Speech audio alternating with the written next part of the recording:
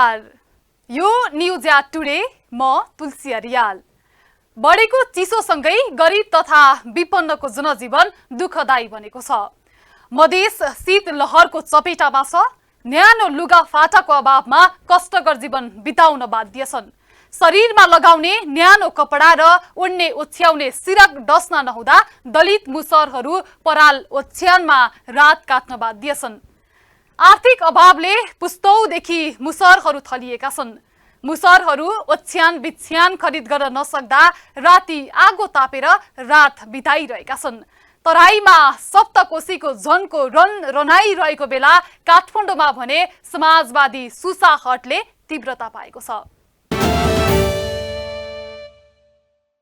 कैलाली कञ्चनपुर इट्टा उद्योगको दुर्गन्धले विषाक्त छ। उद्योगबाट निस्कने प्रदूषणले वरपरको वातावरण धुवामय छ।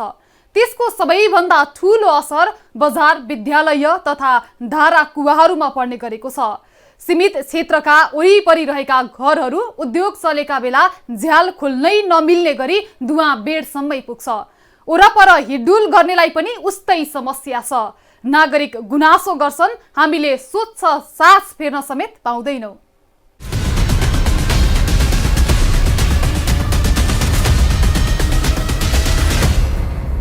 मध्य शहरमा छन् इटा उद्योगहरू।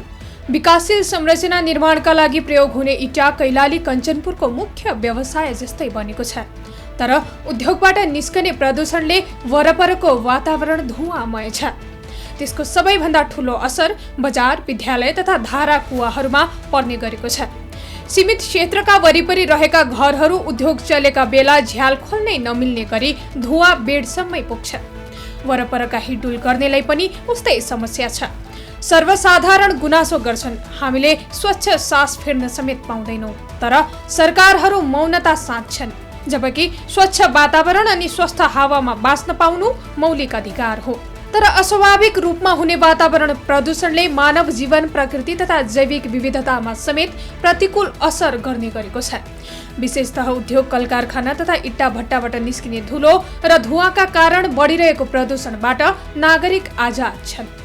तर कञ्चनपुरमा वातावरणीय मूल्याङ्कन तथा दर्ता बिनै अव्यवस्थित रूपमा भुसे इट्टा उद्योगहरू सञ्चालित छन्। यी उद्योगहरू चिम्नी इट्टा उद्योगहरू भन्दा घातक छन्, किनकि यसको चिम्नी समेत हुँदैन। यसले जमिनको सतहबाट धुवा फाल्ने हुनाले श्वास प्रश्वासमा प्रत्यक्ष प्रभाव पार्छ।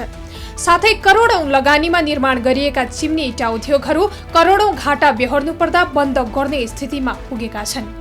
विगत मलाई लाग्छ 3-4 वर्षदेखि यिनीहरूले सरकारले अनुमति खारेज गरे पश्चात अहिले पनि सञ्चालनमा विभिन्न नगरपालिकाको वार्डहरू प्लस केन्द्रपुरमा बेतकोट नगरपालिका जिल्लाभर नै तमाम ठाउँमा यो भुसे इँटा उद्योगहरू सञ्चालन भएको अवस्था छ। यसले गर्दाखेरि एकातिर प्रदूषणको वातावरणीय अवस्थामा दूषित भएको छ। एउटा नयाँ प्रविधिले पकाउने बनाउने अवश्य नै कि महँगो पर्छ, तर भुसे भट्टाहरूको के छ भने कमर्सियल खालको माटो ल्याउने। कैलाली कञ्चनपुरमा नगण्य मात्रामा इट्टा उद्योगहरू सञ्चालनमा भए पनि दर्ता भने 38 कम्पनी मात्रै छन्। यी उद्योगहरू सर्वसाधारण तथा निर्वाचित जनप्रतिनिधिले समेत सञ्चालन गरिरहेका छन्, जबकि आफै शासन सत्तामा पुगेका जनप्रतिनिधिले अन्य व्यक्तिलाई समेत कानुनी दायरामा ल्याउनु पर्ने उनीहरूको दायित्व हो। तर त्यस्तो हुन सकेको पाइँदैन। उनीहरू नै कानुन विपरीत कार्य गरिरहेका उद्योगीको पक्ष पोषणमा देखिन्छन्। यस किसिमका हरकतबारे व्यवसायीले आवाज उठाउन नखोजेका पनि होइनन्। तर रोजगारीको विकल्प नभएपछि उनीहरू मौन बस्न बाध्य छन्। हामीसित पहिला लाइसेन्स दिँदाखेरि 5 वर्षको सम्झौता गर्यो। 5 वर्षको सम्झौता गरेपछि म्याद हामीलाई 2 वर्ष थप्यो। 2 वर्ष थप्दा हामीले अब जमिनको सम्झौता हामीले 5 वर्ष, हामीले बैंकबाट पनि दिन त्यसै 5 वर्षको नै भयो। 5 वर्षको हामीले सम्झौतालाई कसरी बिचमा छाड्ने, जमिनवालाले त हामीलाई छाड्ने कुरो पनि हुँदैन त्यसमा। त्यो जमिनवालासितको पनि भयो, फेरि हाम्रो रोजगारीको पनि समस्या भयो। हामीले यसलाई छोडेर जाने कहाँ त, हामीले पनि त बेरोजगारी बस्नुपर्ने अवस्था भयो। त्यो कारणले हामीले अब यसलाई निरन्तरता दिनुपर्छ। सरकारको ध्यान जाओस्। र यो रोजगारीको एउटा पहल बनोस्। अवैधहरूको उसमा त हामीले के भन्न सक्छौँ र, त्यो त सरकारको ध्यान जाओस् नि, त्यतातिर करको ध्यान जाओस् अनि कर कार्यालयले छानबिन गरोस्। घरेलु तथा साना उद्योगले दर्ताविहीन उद्योगलाई तत्काल बन्द गर्न वा दर्ता गरी मापदण्ड अनुसार नै सञ्चालन गर्न निर्देशन समेत दिएको थियो। यस्तै विक्रम सम्वत 2074 माघमा बसेको उद्योग तथा लगानी प्रवर्धन बोर्ड बैठकमा पनि भुसे इट्टालाई आधुनिक प्रविधिमा रूपान्तरण गरेर सञ्चालन गर्नुपर्ने, यदि त्यसो नगरेको खण्डमा दर्ता खारेज गरिने धाक समेत व्यवसायीलाई दिएको थियो। तर आफ्नै निर्णय 4 वर्षसम्म कार्यान्वयन गर्न सकेको छैन। लगानी बोर्ड घरेलु तथा साना उद्योगलाई देखाएर आफू पन्छिन खोज्छ, घरेलु समेत अनेकन अडचन थापेर उम्किन खोज्छ। भुसे इट्टाको सन्दर्भमा यो उद्योग प्रवर्धन बोर्डले 2074 माघ 29 गते यिनीहरूले वातावरणलाई अलिकति प्रदूषित नै गरे भन्ने हिसाबले यसलाई चाहिँ आधुनिक भट्टामा रूपान्तरण हुनुको निमित्त 1 वर्षको समयावधि थपेर आधुनिक भट्टामा रूपान्तरण गर्ने भनेर समयावधि दिएको हो र त्यो अवधिसम्ममा केही भुसे भट्टाहरू त रूपान्तरण गरे र बाँकी भुसे भट्टाहरू अहिले पनि करिब करिब सञ्चालन अवस्थामै देखिएका छन् र घरेलु कार्यालयबाट तिनीहरूलाई 1 वर्षसम्ममा आधुनिकरणमा चाहिँ रूपान्तरण नगरेको खण्डमा तिनीहरूलाई स्वतः खारेज मानिन्छ भन्ने खालको निर्णय भएको हुनाले तत्पश्चात ती दर्ता भएका भुसे भट्टाहरू पनि अहिलेसम्म नवीकरण भएको अवस्था छैन। अहिलेको अवस्थामा हामी कहाँ दर्ता भएको चाहिँ 38वटा हो। 38वटा मध्ये केही खारेज भएको छ र बाँकी चाहिँ केही तिनीहरूमध्येबाट सञ्चालन अवस्थामा नरहेको पनि छ, दर्ता भएकामा सञ्चालन नरहेका पनि छन् र केही चाहिँ यहाँ घरेलु कार्यालयमा दर्ता नभइकन स्थानीयमा पनि दर्ता भएर सञ्चालनमा छन् भन्ने कुराहरू छ र आधिकारिक रूपमा हामीहरूले अहिले चाहिँ स्थलगत अध्ययन गरेर बुझ्न सकेको अवस्था चाहिँ छैन। उद्योगीको मनोमानी र स्थानीय राजनीतिज्ञको संरक्षणमा उद्योग सञ्चालित छन्, जसकारण करोडौं राजस्व समेत गुमेको छ। तर राजस्व उठाउनु पर्ने निकाय भने आफै गुमराहमा छ। अब दर्ता खारिज भएको छ भने घरेलुबाट खारिज भएपछि त्यो अब त्यसले त्यो कारोबार गर्न पाउने अवस्था देखिएन। त्यो घरेलु अथवा उद्योगले अनुगमन गर्ला हैन। अब हामीले जहाँसम्म भेटो कुरा छ, हामीले चाहिँ हामी कहाँ दर्ता हुन चाहिँ 50 लाख वार्षिक कारोबारभन्दा बढीको करयोग्य यदि कारोबार छ, भ्याटयोग्य कारोबार छ भने दर्ता हुनुपर्ने हो। र दर्ता गर्दाखेरि चाहिँ सुरु व्यवसाय दर्ता गर्ने सुरु निकायमा दर्ता भएको प्रमाण हेरेर मात्रै गरिन्छ हैन। अब त्यहाँ दर्ता खारेज भयो भनेपछि त यहाँनेरिबाट दर्ता गर्ने भन्ने त प्रश्न त आउँदैन हैन। जिल्लाको सम्पूर्ण अख्तियारी प्राप्त जिल्ला प्रशासन कार्यालयलाई वास्तै छैन। मिडियाले प्रश्न गरे ढुलमुले उत्तर दिन सिपालु प्रमुख जिल्ला अधिकारी बल्ल पत्राचार गर्ने आश्वासन दिन्छन्, त्यो पनि क्यामेरा अघि मात्र। कानुन त कुनै पनि उद्योग सञ्चालन गर्दाखेरि दर्ता प्रक्रिया गरेर नेपाल सरकारको कानुनभित्र प्रवेश गरेर मात्रै गर्न पाइन्छ र त्यसको कारोबार गर्दाखेरि समेत सरकारी ऐनहरूको प्रक्रिया पुर्याएर मात्रै गर्न पाइन्छ। भुसे इट्टाको सम्बन्धमा घरेलु उद्योग कार्यालयबाट नियमन हुनुपर्ने अवस्था हो। त्यो नियमन भएको छैन भने नियमन गर्ने र नियमन गर्दा पनि नटेरेको अवस्था छ भने उहाँले सङ्कलन गरेर कहाँ कुन अवस्थामा छ त्यो अवस्थासहित उहाँहरूले बन्द गराउनको लागि उहाँले यहाँ हामीलाई लेखेर बन्द गरिदिनु पर्यो भनेर लेखेर आउने भयो भने हामीले त्यही अनुसारै उहाँहरूले विवरण दिनुहुन्छ कहाँ छन्, कति छन्, उहाँहरूको दर्ता कुनमा छ, अनि दर्ता बाहेकका कानुनी प्रक्रिया बाहेकका कति छन्, त्यो विवरणसहित आएर त्यसपछि बन्द गर्नुपर्ने छन् भन्ने भयो भने हामी उहाँहरूसित साथमा गएर बन्द गरेर लगाउँछौँ। अस्पताल वरिपरि छ्यापछ्याप्ती छन् इटा उद्योग। एकातिर प्लास्टिक र प्लाइवुड उद्योगबाट निस्किने प्रदूषणले वरपरको वातावरण फोहोर्छ। त्यसमाथि 100 मिटर वरिपरि इट्टा उद्योग हुँदा महाकाली अस्पतालमा पर्छ। धुवा अस्पतालका वार्डसम्मै पुग्छ। चिकित्सकहरू गुनासो गर्छन्, बिरामीले स्वच्छ सास फेर्न समेत पाउँदैनन्। धुलोहरू जुन चाहिँ निस्किरहेको छ हैन, अब यसले चाहिँ विशेष गरी चाहिँ हाम्रो बच्चादेखि चाहिँ वृद्धसम्म चाहिँ यसले असर गराउँछ। जस्तै दीर्घ रोग लागेको जस्तै दमको बिरामीहरूलाई चाहिँ यसले धेरै निकै असर पार्छ शरीरमा। सँगसँगै जो चाहिँ दमको बच्चाहरू जुन चाहिँ एलर्जिक दम हामीले भन्छौँ त्यस्तो बच्चाहरूलाई चाहिँ अप्ठ्यारो पार्छ। अप्ठ्यारो पारेपछि उनीहरूलाई चाहिँ अस्पतालसम्म पनि भर्ना गर्नुपर्ने त्यो किसिमको चाहिँ समस्या आउन सक्छ। पृथ्वीको आधाभन्दा बढी जमिन मानिसले कब्जा गरेका छन्। पृथ्वीमा रहेका ठूला ठूला जंगल फडानी गरेर शहरी सभ्यता विकास गर्न मानव जाति अवाञ्छनीय तवरले लागेको छ। पृथ्वीका लागि भने मानव जाति र विकास क्रम अभिशाप साबित हुँदैछ। त्यसमाथि भयानक सिमेन्टका संरचनाहरूले जमिन मुनिको पानी सुक्दैछ। पर्यावरणमाथिको सङ्कट कुनै एक क्षेत्रको मात्र होइन, यो विश्वव्यापी भएको छ। हरेक वर्ष पृथ्वीको तापक्रम बढ्नुका साथै हावा प्रदूषित हुँदै गइरहेको छ। तसर्थ यो पुस्ताले अब प्रदूषण रहित विकासलाई मात्र संरक्षण गर्नुपर्छ भने मनोमानी तवरले निर्माण गरिएका उद्योग तथा सिमेन्ट संरचनाहरू व्यवस्थापन गरिनुपर्छ। ओमिक्रोनको त्रास नेपालसम्म फैलिएको छ। भारतमा भयावह रूपमा कोरोना कुकालले वितण्ड मचाउँदा पनि नेपाली नागरिकले सुरक्षा व्यवस्था अपनाउँदैनन्। उता सुदूरपश्चिम प्रदेश पुनः जोखिममा परेका समाचारहरू आइरहेका छन्। टेलिभिजनका पर्दाहरूमा खबरदारी चल्न थालिसक्यो। भर्खरै महाधिवेशन सकाएको माओवादी अध्यक्ष प्रचण्ड लकडाउनमा बसिसके, तर नागरिकलाई जोगाउने उपाय भने सरकारले लगाएको पाइँदैन। बरु प्रधानमन्त्री शेरबहादुर देउवा चुनावी जोड घटाउमा व्यस्त छन्। स्वास्थ्य मन्त्री विनोद खतिवडा एमाले अध्यक्ष केपी ओलीको विरोध गर्ने व्यस्त छन्। माओवादी महाधिवेशन सकिएको हप्ता दिन नपुग्दै अध्यक्ष पुष्पकमल दाहाल प्रचण्डले प्रत्यक्ष भेटघाट बन्द गरेका छन्। कोरोना भाइरसको नयाँ भेरिएन्टको जोखिम बढेका कारण उनले भेटघाट बन्द गरेका हुन्। कोरोना संक्रमण तथा स्वास्थ्य कर्मीको सल्लाह अनुसार प्रचण्डले केही दिनका लागि प्रत्यक्ष भेटघाट बन्द गरेका हुन्। माओवादी केन्द्रीय कार्यालयका 6 जना नेता र कर्मचारीलाई कोरोना भाइरसको संक्रमण देखिएपछि प्रचण्डको सचिवालयले भौतिक रूपमा हुने भेटघाट र बधाई ज्ञापनको कार्यक्रम स्थगित गरिएको जनाएको हो। यस्तै पछिल्ला केही दिनदेखि सुदूरपश्चिममा पनि कोरोना संक्रमितको संख्या पुनः बढ्न थालेको छ। सुदूरपश्चिममा पछिल्लो एक हप्ताभित्रमा नयाँ सक्रिय संक्रमितको संख्या 162 पुगेको हो। छिमेकी मुलुक भारतबाट घर फर्किरहेका यहाँका मानिसहरूमा संक्रमण देखिन थालेको छ। तथ्याङ्क अनुसार कैलालीमा सबैभन्दा बढी 92 जना नयाँ संक्रमित थपिएका छन् भने कञ्चनपुरमा 53, बैतडीमा 12, दार्चुलामा 2, बझाङ, बाजुरा र डडेलधुरामा 1-1 जना सक्रिय संक्रमित छन्।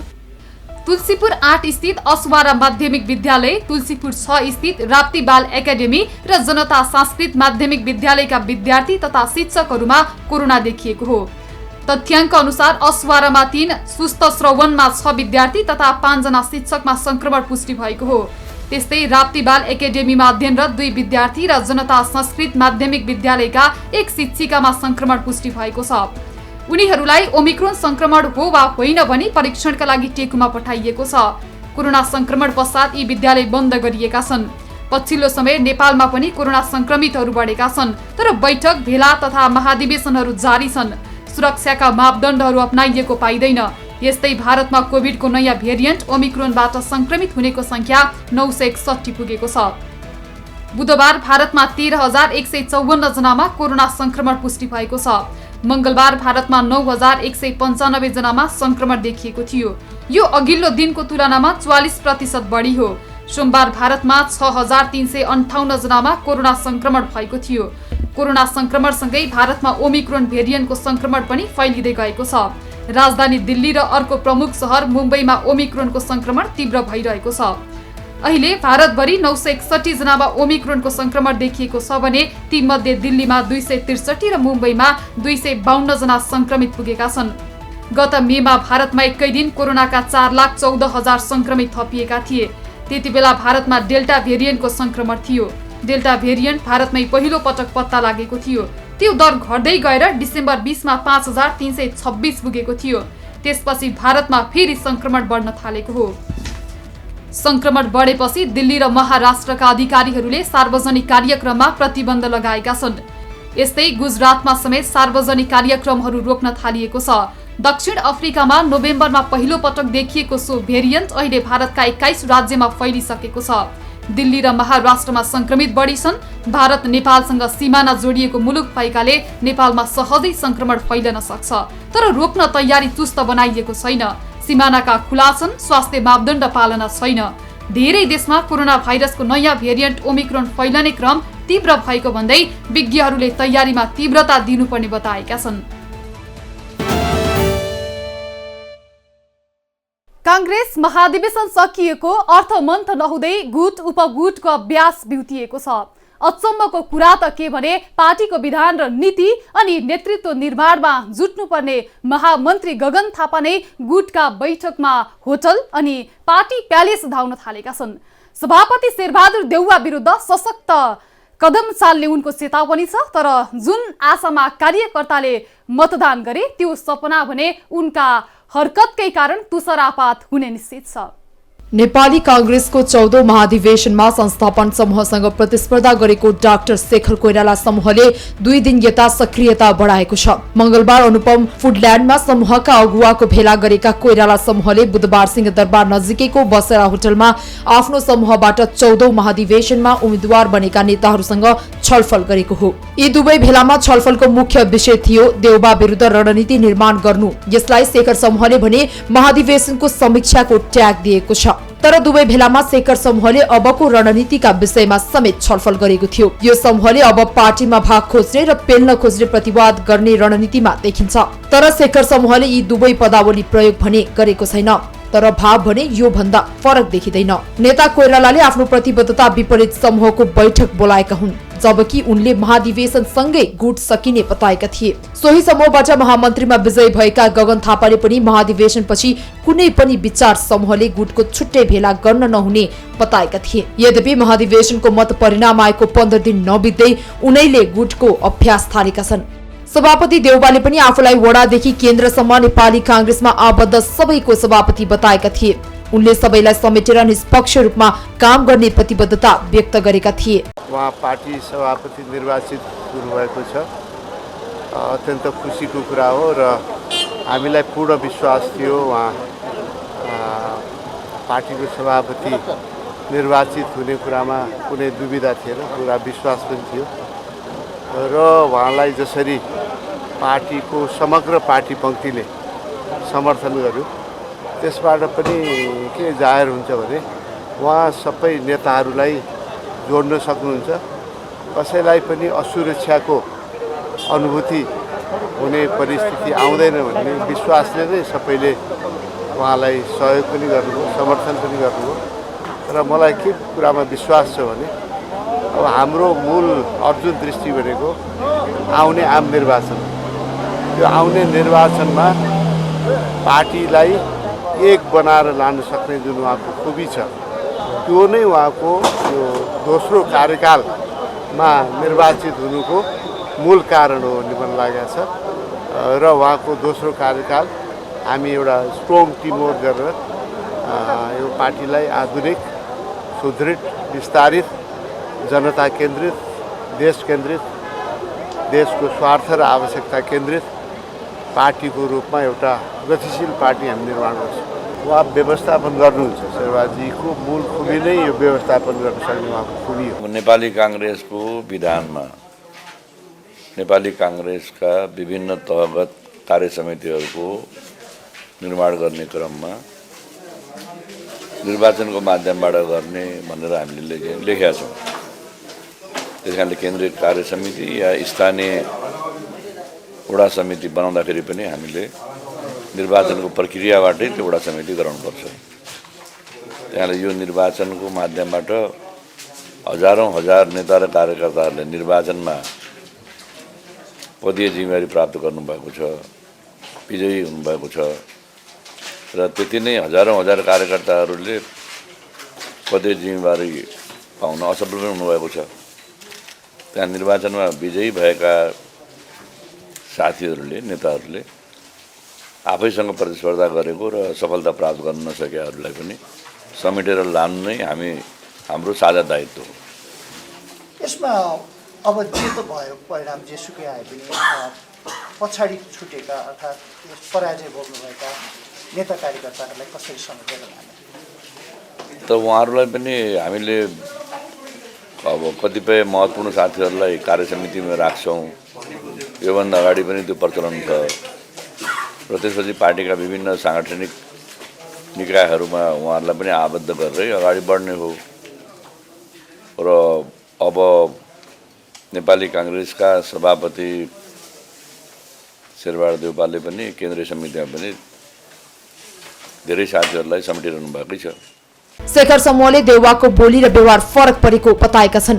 विशेष गरी वरीयता, केन्द्रीय समितिमा मनोनयन, बागमती प्रदेशमा मन्त्री छनौट र राष्ट्रिय सभा निर्वाचनका लागि उम्मेद्वार चयनका विषयमा शेखर समूह संस्थापन समूहसँग रुष्ट बनेको हो। केन्द्रीय कार्य समितिको पहिलो बैठक अघि सभापति देउवाले नेताहरूको वरीयता तोकेका हुन्। सभापतिमा दोस्रो मत पाएका कोइरालालाई 20औं वरीयतामा राखेपछि उनी निकट नेताहरू रुष्ट भएका थिए। पछि देउवाले थप केन्द्रीय सदस्य मनोनयन गरेपछि शेखरको वरीयता थप खस्किएको छ। यद्यपि शेखरले भने आफ्नो वरीयता पार्टी कार्यकर्ताले दिएको भोटबाटै कायम भएको प्रतिक्रिया दिएका थिए। बुधबार बसेको शेखर समूहको बैठकमा वरीयताका विषयमा पनि नेताहरूले आपत्ति जनाएका थिए। सभापति देउवाले 2 पटक गरेर 13 जना केन्द्रीय सदस्य मनोनित गर्दा पनि रामचन्द्र पौडेल बाहेक सबै आफूलाई मत दिनेलाई मात्र मनोनित गरेको शेखर समूहको आरोप छ। कांग्रेस विधाले सभापतिलाई 33 जना केन्द्रीय सदस्य मनोनित गर्ने अधिकार दिएको छ। पार्टीमा सभापतिज्यूले केही साथीहरूलाई केन्द्रीय सदस्यमा नियुक्ति गर्नु भएको छ। नियुक्ति पाउनुभएका सबै साथीहरू सक्षम र योग्य हुनुहुन्छ। तर के मापदण्ड बनाएर उहाँहरूले यो काम गर्नुभएको हो भन्ने प्रश्न हामी जान्न चाहन्छौँ। यो कुरा पार्टीमा न्यायोचित अवसरको वितरण र यो व्यवस्थापन हुन जरुरी छ। नभए कार्यकर्ता किन नेपाली कांग्रेसमा बस्ने भन्ने प्रश्न उठ्न सक्छ। साथीहरू, सभापतिको लाइक र डिसलाइकबाट व्यक्तिको छनौट भए पार्टीमा दुर्घटना हुन सक्छ भन्ने कुरा तपाईहरुको माझमा राख्न चाहन्छु। विधि र विधान बाहिर गएर गरिने सबै कामहरू बन्द गर्न हामी एक डिक्का भएर प्रयत्न गर्न जरुरी छ भन्ने मलाई लाग्छ। बैठकमा पार्टी नेतृत्व विधि विपरीत चल्न खोजेकोले ट्र्याकमा ल्याउनु पर्ने नेताहरूको तर्क छ। देउवाले यसैगरी पेल्न खोजे प्रतिवाद गर्ने विषयमा पनि सहमति भएको छ। महाधिवेशनपछि सबै पार्टी एकजुट भएर जाने भाषण नेताहरूले गरे पनि महाधिवेशनको 2 हप्ता नबित्दै फरक व्यवहार देखाएपछि कांग्रेस एकजुट भएर जाने सम्भावना कम भएको विश्लेषण गर्न थालिएको छ। विकासशील देशका चाहना हरेकले बोकेका छन्। युवादेखि वृद्ध अनि किशोर किशोरीसम्म सबै देश विकास चाहन्छन्। विकासका वसन्तहरू हेर्ने उनीहरूका सपना भने वर्तमान राजनीतिको झेलो खेलोमा अल्झिएका छन्। नेतृत्वकर्ताहरू अनियमिततामा लाग्दा जनताको दिवा स्वप्न पूरा हुने दिनहरू कर्दै गएका हुन्। यसर्थ हामी चाहन्छौँ विकसित देश, सुरक्षित राज्य। हवस् त, न्युज एट टुडे आजलाई यति नै। हामी सबै बिदा हुन्छौँ। नमस्ते।